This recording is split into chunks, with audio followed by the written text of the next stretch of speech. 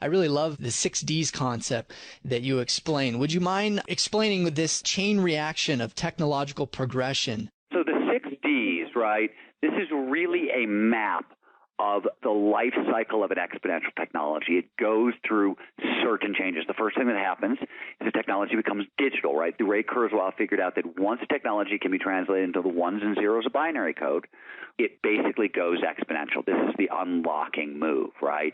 The big deal here, why it goes exponential, is because culture progresses by the sharing of ideas, right? Once technology becomes digital, you can share it for free. You can reproduce it as many times as you want for free, right? So it scales very, very fast. This is followed immediately by a period of deception. The technologies go dark. They're introduced with a lot of hype. They don't live up to their hype right away, and we forget about them. Oh, they're not real. And this classic example here is solar power, right? Solar power invented sort of in the 70s, and for 35 years was in this deceptive phase. And suddenly, it's doubling in power all the time, right? We're in the middle of an exponential explosion in solar. We saw the same thing with the internet, the same thing with computers. 3D printing. Here was a technology that's been around for a really long time, and it sort of helped us make better molds, right?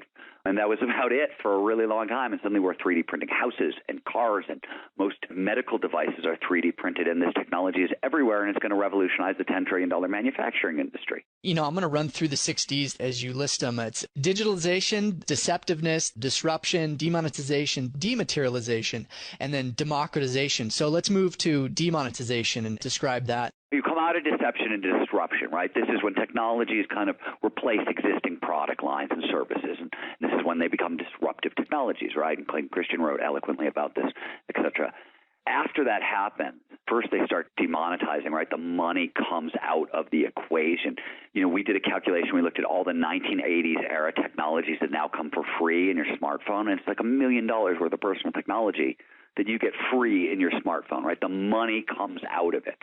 The next thing that happens is they dematerialize. The tech itself vanishes, or essentially, it vanishes into your device as well, or, whole product lines disappear. In Kodak's case, right, we dematerialized film and paper because suddenly you will go from a scarcity model to an abundance model, and that's what happens when things move in that chain. And then they go to the democratization level, which is the cost of the remaining hard goods, the cell phones, right, or the smartphones.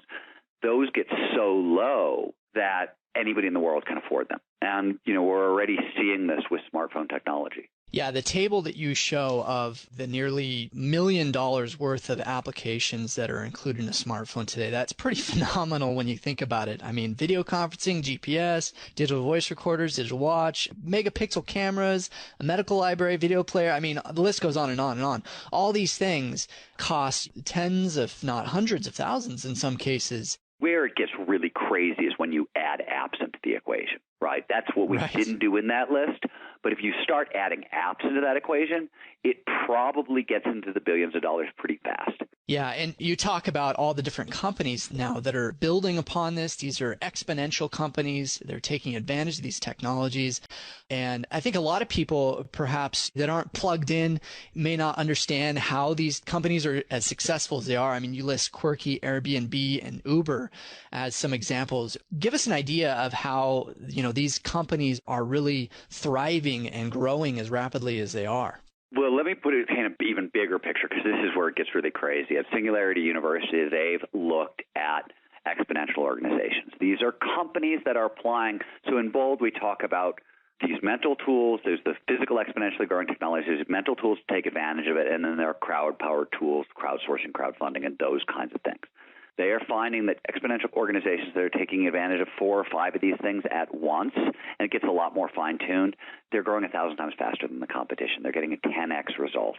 And they've looked at 100 different companies that are doing this.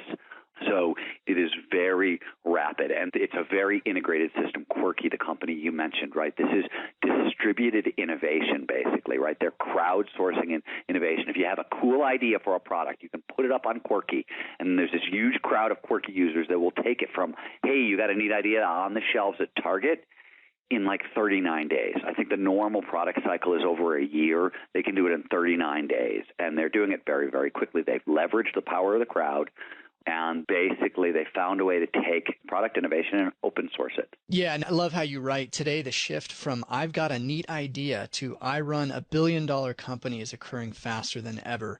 And it's built upon a lot of these technologies that you profile in your book, which is infinite computing, sensors and networks, 3D printing, AI, robotics, synthetic biology. I mean, there's just a ton of things that are going on that, like you say, are increasing at an exponential rate. The point, by the way, right, the real big point here is, when does an entrepreneur insert themselves in the equation? And that's really where this stuff gets interesting, because you obviously want to do it between deception and disruption, right?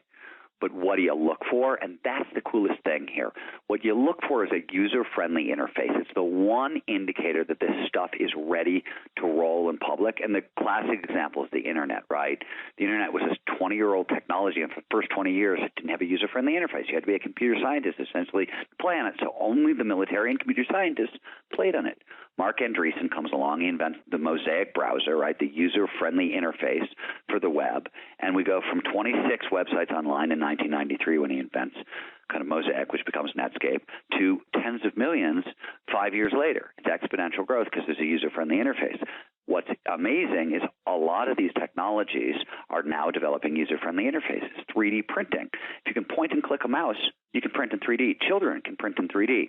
So anybody can build a business on the backs of 3D printing. You don't have to be a technologist to play. We're seeing these kinds of interfaces showing up in robotics, in synthetic biology. More and more and more, it's easier to interact with these technologies. So one of the other things that Bold is packed with is stories of innovators who knew nothing about a given technology and then proceeded to build a huge company on the backs of this technology they didn't know anything about. If what you've heard on Flow Research Collective Radio has been helpful, please consider doing us a solid and leaving us a review on Apple Podcasts, Spotify, or wherever you are listening to this. Reviews help us connect to a wider audience so we can get these peak performance principles out to more people.